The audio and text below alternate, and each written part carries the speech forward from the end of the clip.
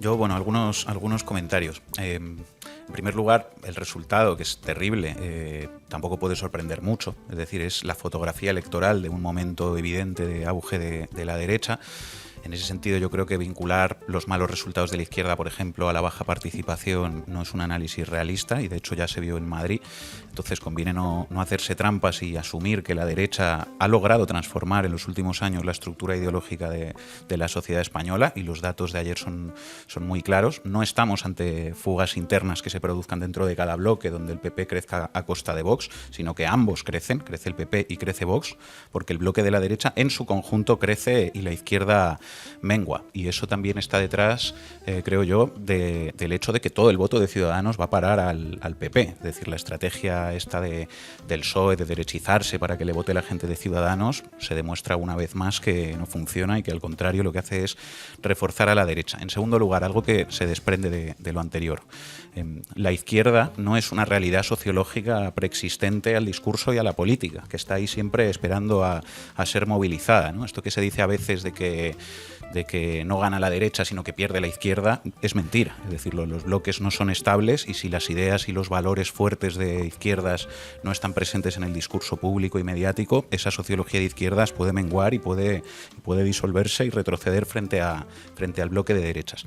En tercer lugar, hacer políticas de derechas en nombre de la izquierda acaba regalando las victorias a la derecha. 37 años de políticas conservadoras del PSOE en Andalucía acaban conformando un electorado conservador, y una vez más yo creo que se ve que la tercera vía y la derechización en nombre de la búsqueda de un supuesto centro ideológico es la tumba de la izquierda.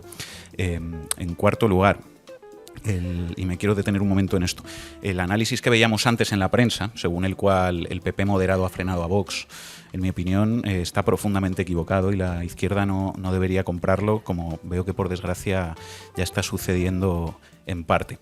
Y diría más, leer los resultados como un fracaso de Vox y un éxito de la moderación creo que es un grave error, y que es al revés, que los resultados de ayer son un éxito de Vox. Porque el éxito de Vox no se mide solo en los votos que se lleven ellos directamente, sino en su capacidad para derechizar la sociedad, ampliando globalmente el bloque de la derecha y haciendo parecer moderada de paso a una organización criminal destructora de lo público como es el PP, que es una idea que además ha sido reforzada desde la propia progresía y desde la izquierda, que compra ese análisis desde hace meses y que retrata a Feijóo como un moderado hombre de Estado que ha bajado los decibelios, y de hecho ahora parece que se llega al extremo, como decía Sara, de retratar al PP como el freno a Vox. Es decir, ya no es el PSOE, ahora ya directamente el PP moderado es lo que va a frenar a Vox. Yo ahí creo que la candidatura de Vox ha funcionado de manera similar, por ejemplo, a la de Semur en Francia, y ha cumplido perfectamente su misión, que es esa precisamente, desplazar el eje ideológico hacia la derecha y ampliar el bloque en su conjunto. Para mí el titular correcto no es el PP moderado frena Vox, sino el discurso de la derecha radical de Vox amplía el espacio y el bloque de la derecha. Y eso también sucedió en su momento en el bloque de la izquierda. Es decir, la tracción hacia la izquierda que hizo Podemos en su momento amplió el bloque progresista en su conjunto, y fue algo que explica no solo los resultados obtenidos por el propio espacio de Podemos y de Unidas Podemos, sino, del PSOE, claro, las repercusiones que eso tuvo en otros espacios contiguos, digamos, la victoria de Pedro Sánchez en la interna del PSOE, la propia victoria del bloque progresista en las generales en 2019, la mayoría progresista que se ha construido en el Congreso, el propio refuerzo de las izquierdas periféricas, e incluso diría que provocó en la derecha la necesidad de construir un instrumento que fue Ciudadanos, que comenzó con un discurso regeneracionista, ¿no? Claro.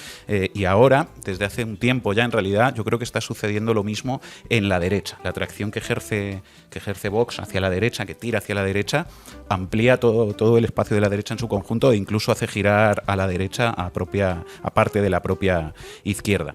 Entonces, y termino con esto, que la conclusión sea que la clave es la moderación de la derecha o su radicalidad, que es lo que está aquí en cuestión, es clave porque nos lleva a una conclusión o a otra diferente sobre lo que funciona. Para mí, llegar desde la izquierda a la conclusión de que lo que toca es moderación es una idea equivocada. Primero, porque la izquierda nunca va a pescar en ese marco. Es decir, incluso aunque consideremos que esa pulsión conservadora es mayoritaria, eso jamás va a favorecer a quienes defendemos una transformación social, siempre va a favorecer a quienes defienden el mantenimiento del statu quo. Y en segundo lugar, insisto, lo que ha ampliado al bloque de la derecha no ha sido su moderación, sino todo lo contrario. Y lo que amplió en su momento el bloque progresista también fue lo contrario. Entonces, la idea de que lo que pide la gente es moderación y posiciones tibias, yo creo que es un análisis epidérmico, que es la superficie, y que además es un discurso un poco afectado, como de clase acomodada, ¿no? De progresía acomodada, de por favor que desagradable todo, pero lo que está funcionando en esta época yo creo que es lo contrario, son los horizontes políticos fuertes, no hay más que mirar hacia otros países, ahí está por ejemplo Mélenchon, y insisto, no hay más que mirar hacia lo que funcionó aquí para la izquierda y lo que está funcionando hoy para la derecha, que no es ni mucho menos la moderación. Luego, si tengo tiempo, un par de comentarios más. O sea, como un comentario en esta línea. O sea, hay quien dice que la política es un mercado de demanda. Y eso lo vamos a escuchar en analistas supuestamente progresistas. Y que, por lo tanto, como la política es un mercado de demanda, la inteligencia política supone adaptarse a la demanda. Y a partir de ese planteamiento te dirán, claro, pues ahora lo que la gente está pidiendo es moderación, porque efectivamente el Partido Popular ha tenido un resultado muy bueno en Andalucía y repiten un significante que no se sabe muy bien lo que significa, porque la moderación es siempre como con respecto a qué. O sea, la moderación es una posición que uno puede adoptar, digamos, en un eje imaginario, pero es como que el Partido Popular se defina como fuerza moderada y que la propia progresía mediática se lo reconozca, es ya entregar la victoria a lo que no es un discurso de análisis de la realidad, sino que es un discurso ideológico. Y aquí tenemos lo importante. La política no es un mercado de demanda, la política es un terreno de combate ideológico, un terreno de combate por los significados y por las palabras. Eso es lo que ha cambiado en los últimos 8 años en España como consecuencia de un movimiento reaccionario que no solamente es un movimiento político, que es un movimiento que se da en los medios de comunicación y que afecta fundamentalmente a sectores del Estado, a sectores de la propia policía, a sectores de la judicatura, y que tiene que ver con un movimiento de reacción en los grandes poderes mediáticos frente a lo que representa por una parte Podemos y por otra parte el independentismo catalán. Eso es lo que explica que haya fenómenos electorales como la victoria de los jusapoles en la policía y en la Guardia Civil. Juan Antonio Delgado era el portavoz de la Asociación Unificada de la Guardia Civil, era el portavoz de la organización profesional más importante de la Guardia Civil. Ha habido un movimiento ideológico en los últimos tiempos. Claro, pensar que la manera de enfrentarte a un movimiento ideológico que ha llevado a tu sociedad a la derecha es adaptarte a las demandas de esa sociedad, pues a mí me parece que es evidente al lugar al que te lleva. Y estoy convencido que ahora habrá muchos que digan lo que hace falta ya no es solamente la unidad de la izquierda del PSOE. A lo mejor lo que es imprescindible ahora es que haya una única candidatura liderada por el PSOE como la única alternativa para que no gobierne la derecha con la ultraderecha. Y yo creo que estos discursos van a aparecer. Cuando la izquierda la vemos discutiendo sobre qué sería mejor, un Partido Popular gobernando solo o un Partido Popular gobernando con Vox, ya la tenemos en el terreno ideológico donde el adversario te quiere. Entonces creo que no hay atajos en el sentido de que es necesario asumir que la política es un combate ideológico que a veces se produce en circunstancias más favorables. Claro, hacer esto en el año 2014 con el descrédito del conjunto de la clase política que se la vinculaba además con la gran clase empresarial, con los banqueros, con los grandes poderes económicos, con unos medios de comunicación que no tenían una estrategia política tan evidente y tan obvia como la que tienen ahora, pues podía ser un contexto ideológico mucho más favorable por la transformación que había operado el propio movimiento 15M de la estructura ideológica de nuestro país. Claro, después de un montón de años de gota malaya mediática cada día para llevar a nuestra sociedad a posiciones cada vez más a la derecha, pues claro que no hay atajos ni trucos a la hora de dar esa batalla ideológica, pero yo sigo pensando que eso es absolutamente ineludible. Eso no supone, a mi juicio, repetir fórmulas del pasado. O sea, pensar que lo mismo que se decía en el año 2014 va a tener el mismo efecto en el año 2022. Yo creo que es evidente que eso no es así. Pero pensar que la política es un mercado de demanda y no un terreno de combate ideológico en el que a veces hay una decisión política que hay que tomar, que es como no ignorar a los principales actores ideológicos. Históricamente se ha entendido que era políticamente incorrecto poner etiquetas políticas a los que se presentaban a sí mismos como mensajeros. Oiga, no me diga que yo soy un actor político, yo solo soy un modesto periodista que trabajo en el mundo y hago mi trabajo de manera profesional.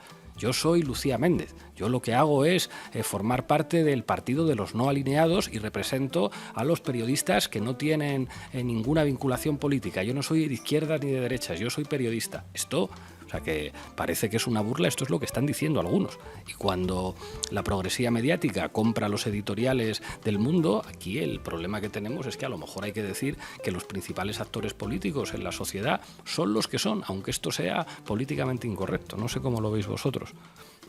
Bueno, los dos comentarios que se me quedaron antes, que ya iba muy largo. Antes hablaba de que para mí es un error, digamos, el análisis de que lo que ha triunfado es una pulsión conservadora en Andalucía y que equivocarse en ese análisis puede llevar a emprender caminos equivocados, pero dos comentarios un poco sobre la izquierda, ¿no? Es evidente que el escenario está definido por una dinámica de dispersión de la izquierda que se agrupó en 2015-2016, que penaliza a ese espacio político. Yo ahí coincido con Gerardo y con Azara, y coincido también con algo que también decía Gerardo, ¿no? Que además, bueno, yo lo llamaría un poco la izquierda de usar y tirar, porque cuando Inma Nieto dice hoy que un problema ha sido el desconocimiento de la marca y de la candidatura, está señalando un elemento clave.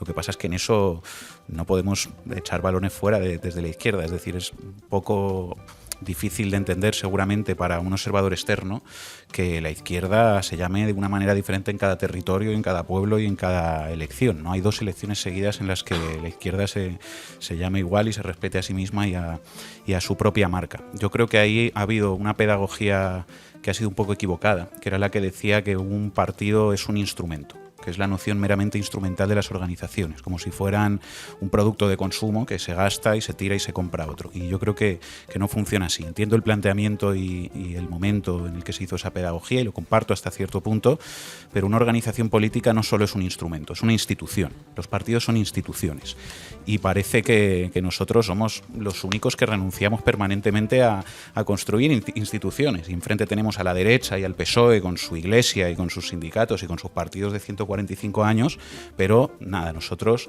espero no molestar a nadie con esto, pero parece que somos los únicos gilipollas, con perdón, que tenemos que refundarnos cada 2 años y disolvernos y salir todos en fila de uno con las manos arriba y cambiarnos de nombre permanentemente y presentar papeletas en las que a veces ni siquiera es fácil saber a quién se está votando. Es decir, ¿alguien se imagina el PSOE planteándose refundarse y cambiarse de nombre, por ejemplo, cuando tuvo los peores resultados de su historia en 2015 y en 2016, o cuando los ha obtenido ahora en Andalucía? ¿A que no? ¿A que nadie se imagina eso? Pues claro que no.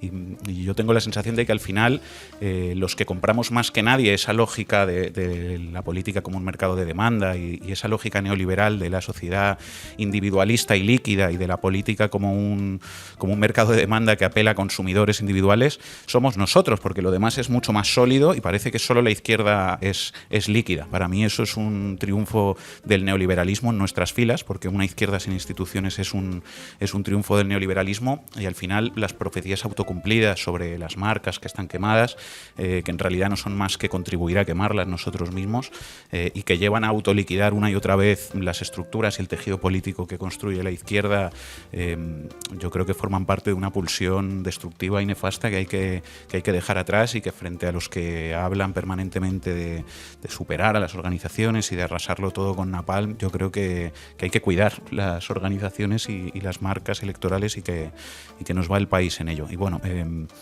por último, día duro, pero mañana toca levantarse y toca dar la pelea, y aquí no se rinde nadie.